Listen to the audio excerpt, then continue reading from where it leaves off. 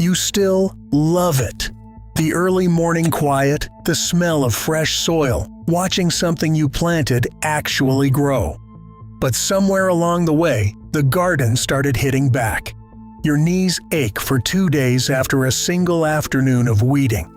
Your lower back reminds you of every hour you spent bent over a flower bed. And the worst part is nobody tells you it does not have to be that way. Today, we are going through 15 hacks that most doctors will not bring up, and most garden centers will not sell you on, because they do not profit from you working smarter. These are practical, low-cost changes that protect your back, your knees, and your wallet. We will get to one hack near the end that involves nothing more than old newspaper and mulch, and it might be the most effective thing in this entire list. This is not a countdown, so every number carries its own weight. Stay with us through to number 15, because that one is worth the wait. Number 1. The kneeling pad upgrade. Most people grab a basic foam kneeling pad and think they have solved the problem. They have not. The foam takes the pressure off your knees going down, but getting back up is where seniors get hurt. Without something to push against, you are relying entirely on leg and core strength to lift yourself off the ground, and that is where strains and falls happen.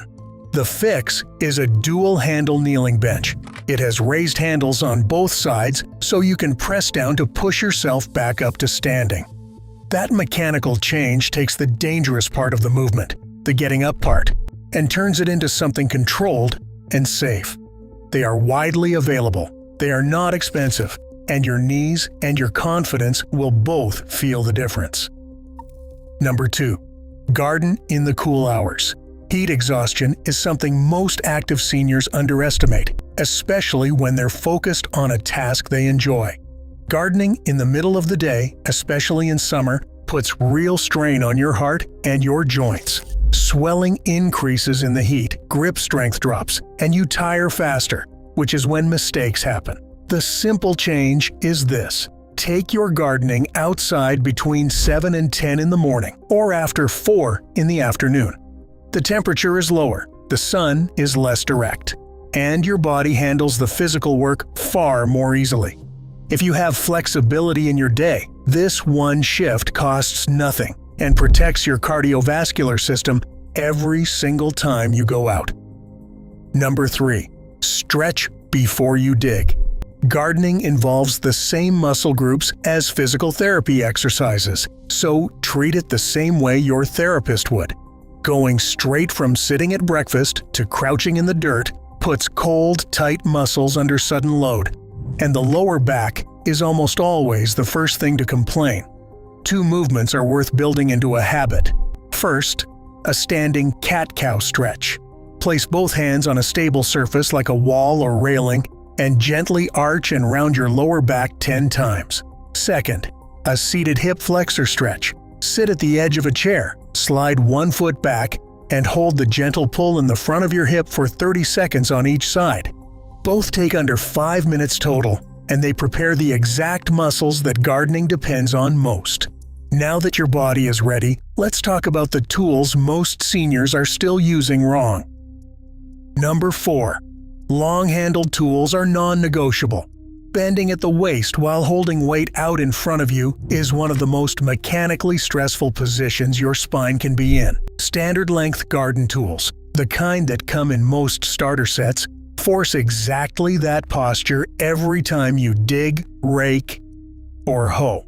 Over an hour, the cumulative load adds up fast. Long-handled tools, designed to be used while standing upright, change the physics completely. Your spine stays neutral. Your arms do the work closer to your body, and the leverage is better, so you are actually exerting less effort per stroke. If you are still using tools that were bought for someone in their 30s, it is time to replace them. Number 5. Lightweight watering cans versus heavy hoses. A full 2-gallon watering can weighs about 17 pounds. Carried at arm's length across uneven ground, that becomes a recipe for a wrist, shoulder, or balance problem. Drip irrigation lines or soaker hoses laid through your garden beds eliminate the carry entirely.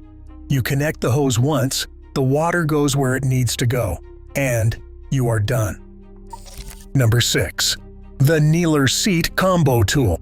This is the most underused piece of senior garden equipment on the market. Flip it one way, and it is a padded kneeling surface with side handles. Flip it over, and it becomes a low garden seat.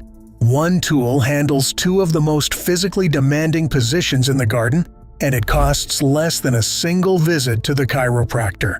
Better tools help, but the real time and energy savings come from working smarter with your garden layout itself. Number 7. Raised bed gardening. The single biggest physical change you can make to your garden is not a tool or a technique, it's height. A raised bed built to waist level means you never bend to reach your plants at all. You stand or you sit on a stool beside it, and everything is right in front of you. The digging, the planting, the weeding, all of it happens at a comfortable reach, without your back ever rounding forward. The height that works for most seniors is somewhere between 24 and 30 inches, about counter height. If you already have low raised beds, add a second frame on top of the existing one to bring it up instead of rebuilding from scratch. Fill the new section with fresh soil, and you will not lose any of the ground you already prepared. It is one afternoon of work that changes every gardening session after it. Number 8. Vertical growing. Once you have thought about height going up from the ground, think about height going up a wall or a fence. Trellises, vertical pocket planters, and wall-mounted containers bring the plants to eye level and shoulder level, which is where your body moves most comfortably and most safely. You are not reaching down. You are not crouching. You are working in front of you. Climbing plants like beans, cucumbers, and peas are some of the easiest to manage vertically because they do most of the work themselves once you give them a structure to follow. Herbs like basil, parsley, and mint grow well in wall pockets, and they are light enough that even a full pocket planter is easy to water without strain. The visual effect is nice too, but the real value is that your hands stay at a level where they are strong and steady. Number 9. Container gardening on wheels. One of the quieter frustrations in a traditional garden is that you are always at the mercy of where the sun falls. A bed that gets morning light might be in full shade by early afternoon, and there is nothing you can do about it. Container gardening solves that problem, and adding wheels to a container solves it completely. A large pot on a rolling plant caddy can be moved to follow the sun across the day, or pulled under shelter when the weather turns. You are not carrying anything, you are rolling it. Tomatoes, peppers, lettuce, and most herbs do well in containers, and in containers, they are also easier to monitor for pests and moisture because everything is right there at whatever height you set it. Keep your heaviest containers on the ground on caddies, and use lighter pots at table height so the physical work stays minimal from every angle. Once your layout works for your body, weeding is the next place where most people quietly spend far more time and energy than they need to. Number 10. The newspaper weed barrier. This one surprises almost everyone the first time they hear it, and it's free. Before you lay down mulch on any garden bed, lay 4 to 6 sheets of plain newspaper directly on the soil. Wet the paper so it conforms to the ground. Overlap the edges by a few inches so nothing can push through the gaps, and then add your mulch on top. The newspaper blocks light from reaching the soil surface, and without light, most weed seeds never germinate. The ones that do struggle to push through both the paper layer and the mulch above it. By the time the newspaper breaks down naturally over the season, the mulch has done its job, and the weed cycle has been interrupted. You will spend a fraction of the time on your knees that you normally would, and you will not have used a single chemical. It is the most cost-effective weed control method available, and most people have a stack of newspaper sitting in the house right now. Number 11. Mulch as a force multiplier. Mulch on its own, without newspaper underneath, still does a lot of work. 2 to 3 inches of wood chips or straw mulch over your bed slows water evaporation from the soil surface, which means you water less often. It also moderates soil temperature, keeping roots cooler in summer heat and warmer during a cold snap. And it breaks down gradually over time, adding organic matter back into the soil so your plants feed themselves. The mistake most people make is going too thin, less than 2 inches, and the mulch dries out quickly and does not suppress much. More than 4 inches, and you can actually cause moisture to pool and roots to rot. That 2 to 3 inch window is where it performs best. So when you are spreading it, take an extra minute to check the depth rather than just eyeballing it from above. Number 12. Companion planting for natural pest control. Most pest problems in a vegetable garden do not need a spray to solve. They need the right neighbors. Marigolds planted at the edges of a vegetable bed release a scent through their roots and foliage that repels nematodes and deters aphids, whiteflies, and other common pests. Basil planted near tomatoes does the same for thrips and certain moths.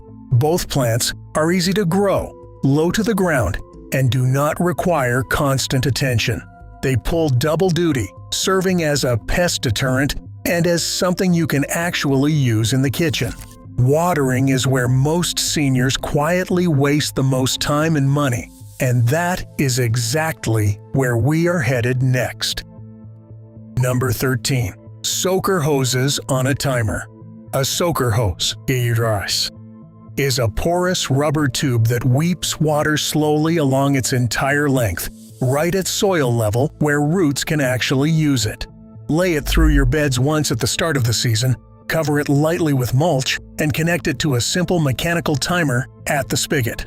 Set the timer for early morning, and your watering is done before you have finished your first cup of coffee. The reason this matters beyond convenience is consistency.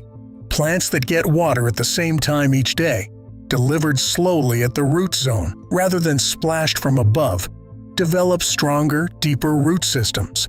They handle dry spells better. They are less prone to the leaf diseases that overhead watering encourages, and they need less intervention overall. You are not just saving yourself a daily trip outside. You are actually growing healthier plants with less effort across the entire season. Number 14. The finger test for watering. Most seniors water on a schedule rather than on need, and the result is almost always overwatering. Overwatered roots sit in saturated soil, oxygen is cut off, and the plant starts to decline in ways that look almost identical to drought stress. Then you water more. The cycle is frustrating, and it is the single most common reason healthy plants quietly fail. The fix costs nothing. Push your index finger into the soil, right next to the plant, to about 1 inch deep. If the soil at that depth feels dry, water. If it still feels cool and slightly damp, leave it alone and check again tomorrow. That 1 inch of depth is where most plant roots are actively feeding. So what is happening there tells you far more than what the surface looks like or what the calendar says. Once you build this into a quick habit before you ever reach for a hose, you will use less water and lose far fewer plants. Number 15. Collect rainwater simply. Tap water carries chlorine and other treatment chemicals that plants tolerate but do not prefer. Rainwater is naturally soft, closer to neutral in pH and free of those additives, so plants take it up more readily. A basic rain barrel placed under any downspout from your roof collects enough water during a single good storm to handle several days of garden watering. The setup is straightforward. You divert the downspout slightly, position a barrel with a spigot near the base, and attach a short hose or fill your watering can directly from it. Most barrels come with a mesh cover to keep out debris and mosquitoes. The barrel pays for itself within a single season when you factor in reduced water use. And after that, it is simply free water falling out of the sky. For container gardens especially, where you are watering more frequently than ground beds, the savings add up quickly and the plants respond well to the difference. Everything in this list works, but there is a whole other layer of garden knowledge that most people never find, because garden centers do not sell it, and it does not show up in modern how-to guides. It comes from old methods, the kind that were used before chemical sprays and expensive tools became the default answer to every garden problem. Some of those old approaches actually outperform what is on the shelves today, and most of them cost almost nothing. We put 7 of the best ones together in a video titled 7 Old School Garden Secrets the Garden Center Won't Tell You. One of them is a soil trick experienced growers have quietly used for decades, and it is something most people throw away every single week without realizing what they are discarding. Click the video on screen now and find out what it is.